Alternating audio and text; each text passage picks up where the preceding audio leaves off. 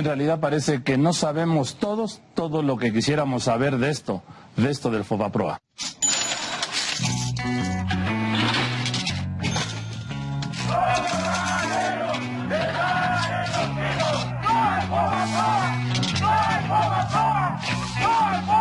FOBAPROA, una palabra que está en todas las bocas, que suena en todas las voces.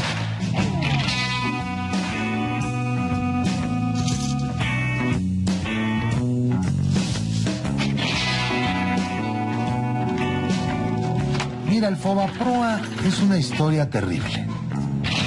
Más de 100,000 millones de dólares. Más de 1 millón de millones de pesos que tiene que pagar el pueblo de México. La deuda actual son aproximadamente 700,000 millones de pesos. Si a esto le agregamos lo que ya se ha pagado, llegamos al billón. Cada mexicano, haya nacido o no haya nacido, debe alrededor de 6,490 pesos tan solo por el rescate bancario.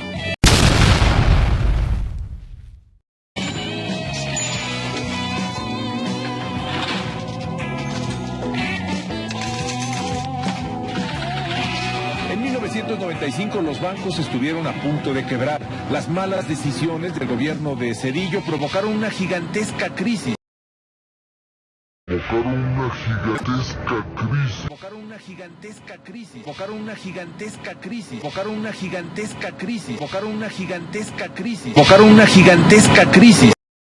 FOBAPROA fue creado en 1990 por el gobierno de Carlos Salinas de Gortari.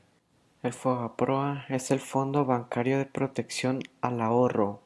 Básicamente, se trata de un fondo que se utilizaría en caso de que existiera una crisis financiera en México que pusiera en peligro la liquidez de los bancos, es decir, su capacidad de tener dinero disponible. Contar con un mecanismo de protección para México ante la eventualidad de una crisis como la registrada en la para entonces recién concluida en la década perdida de los 80. Este fondo se mantuvo vigente por varios años, aunque en realidad no operaba ni disponía de recursos. Era solamente un esquema ideado para eventualidades que, dicho sea de paso, según los políticos entonces, nunca sucedería. Pero la dura realidad obligó a que se reactivaran a partir del primer minuto de enero de 1995. Antes de que sucediera el error de diciembre, las autoridades consideraban como poco probable el escenario de falta de liquidez. Las instituciones financieras amenazan que se había registrado años atrás, en 1994, con la devolución del peso de las deudas adquiridas que se volvieran impagables. Esto debido a que en el entonces no existían el esquema de tasa de interés fija y todos los préstamos estaban sujetos a la volatilidad del mercado. Como sabemos, la crisis de 1994 multiplicó el nivel de tasa de interés de un mínimo de 7%. Personales, empresariales e incluso entre entidades del gobierno se volvieron impagables. La quiebra de la economía estaba de vuelta a la esquina. La reactividad del FOBAPROA fue la estrategia del gobierno para evitar el colapso. Con este fondo al que se inyectó el dinero público, se dañaron programas de rescate financiero para evitar la quiebra de masivas del sistema bancario. ¿Qué beneficios trajo el FOBAPROA? Realmente el FOBAPROA sí ayudó a que los ahorradores no perdieran su dinero. Sin este rescate, la crisis del 94 se hubiera prolongado más tiempo. Además de los 18 bancos que existían, se perdieron 14 de ellos, así que no puede decirse que este fondo rescató a todos los bancos. La deuda privada se vuelve pública. El uso del capital del Estado para dar liquidez a los bancos fue señalado como un acto de corrupción y aprovechamiento por parte de los banqueros, quienes ingresaron las deudas de las instituciones a la cartera vencida que rescató el gobierno. ¿Quién prestó el dinero del FOBAPROA? En 1998, el gobierno de Zedillo propuso que el FOBAPROA se convirtiera en deuda pública, lo cual fue aprobado por el Congreso e instauró el IPAB, Instituto para la Protección al Ahorro Bancario. que heredó la deuda bancaria, la cual se seguiría pagando en las próximas décadas. Contraídas por el Fondo Bancario de la Protección al Ahorro y el Fondo de Apoyo al Mercado de Valores, que cuenta con el ALBA y la responsabilidad, solidaridad del Gobierno federal, así como los compromisos adquiridos por el Fondo Bancario de la Protección al Ahorro y las obligaciones de las instituciones de banca multiintervenidas por la Convención Nacional Bancaria y los Valores, y apoyadas por el propio fondo, pasaron a formar parte de una deuda directa del gobierno federal. La consolidación de estos pasivos será por un montón de 552.300 millones de pesos, fecha valor de 28 de febrero de 1998, y debió formalizar junto con sus accesorios o más tarde el 31 de diciembre de 1998. Obviamente, la población no fue el único beneficiado por la FOBAPROA. Entre las empresas se encuentran Gutsadina, Estrella Blanca, Hoteles Aristos, Luza Peralta, Latinlac, Hermes, Pelletier, Mexloop, Protexa, Sidec, Taesa y Tribasa. Agregó el legislador en conferencia de prensa realizada en el Palacio Legislativo San Lázaro. Durante el cambio de gobierno es conocido el error de diciembre, también llamado el efecto tequila, a una crisis financiera de origen local causada por falta de reservas internacionales, devaluación de la moneda local y el fortalecimiento de una moneda extranjera. Dicho término nace a raíz de la crisis económica en México en el año 1994. Algunas de sus características es la caída del 6.3 del Producto Interno Bruto, PIB, en el 1995, la devaluación del peso del 21 de diciembre en $3.99, a 27 de diciembre a $5.7 y para marzo llegó a $7. De enero del año 1995 a junio del mismo año, un 29.2%. Nosotros nos enteramos del asunto de FOBAPROA a finales del 97. Después de las elecciones federales.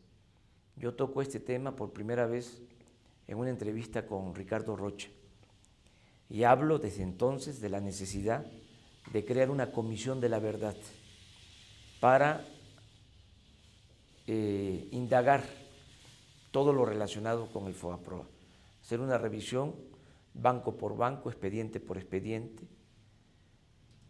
Luego, en ese mismo año, en noviembre, me entrevisto con el presidente Zedillo, fue la última entrevista. A partir de ahí se complicaron las relaciones y yo le planteo lo del FOBAPROA y él lo acepta. Es decir, él reconoce que tiene que plantear lo del rescate bancario y que no le queda otra, porque así se hace en cualquier parte del mundo.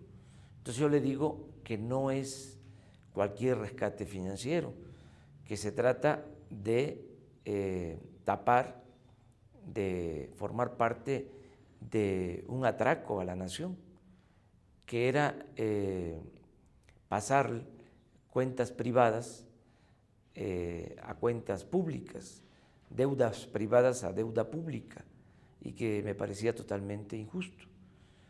Y él sostuvo de que era una necesidad.